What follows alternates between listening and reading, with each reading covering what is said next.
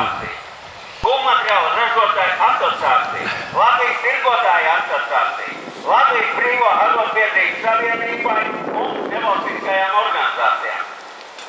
Un tagad tuvāk pie tēmas.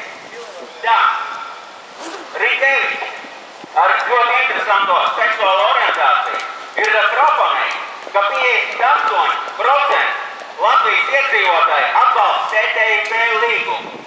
Man ir konkrēts jautājums. Ja viņš atsaucās uz Eirobarometru, tā kā iznāk kaut kāds barometrs kaut kur iespraust un kaut kādā geju klubā, ka aptaujas ir tīkos, vai arī kaut kas nopietns. Ja pat Jūlijas Timoņenko nespēja atbildēt, jo tiem 5 deputātiem netika sniegt atbildi, kur pie kādiem apstākļiem šī te aptauja tika veikta. Tātad tie ir pirmie Rinkeviču meli. Numur 1. Nākamais Rinkeviču meli. Numur 2 ir sekojot, ka viņa resors ir pārunājis ar Latvijas Brīvo arotbiedrību savienību.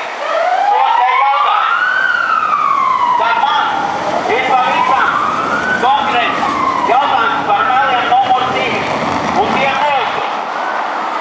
Pirms nākšanas uz šejien es sazinājos ar pāris līderiem un man paskaidroja, ja bija atnākusi ministrija pārstāvi un runāja tik daudz, cik viņi zināja un cik viņiem bija ļauts runāt.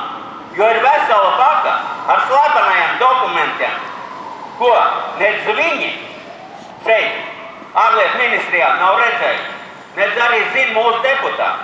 Tātad jautājums, ko nozīmē šī te balsošana? Tā ir Krievu rulete, naturāli Krievu rulete ar letālu iznākumu, jebkurā gadījumā. Tas vienīgais ir tikai laika jautājums.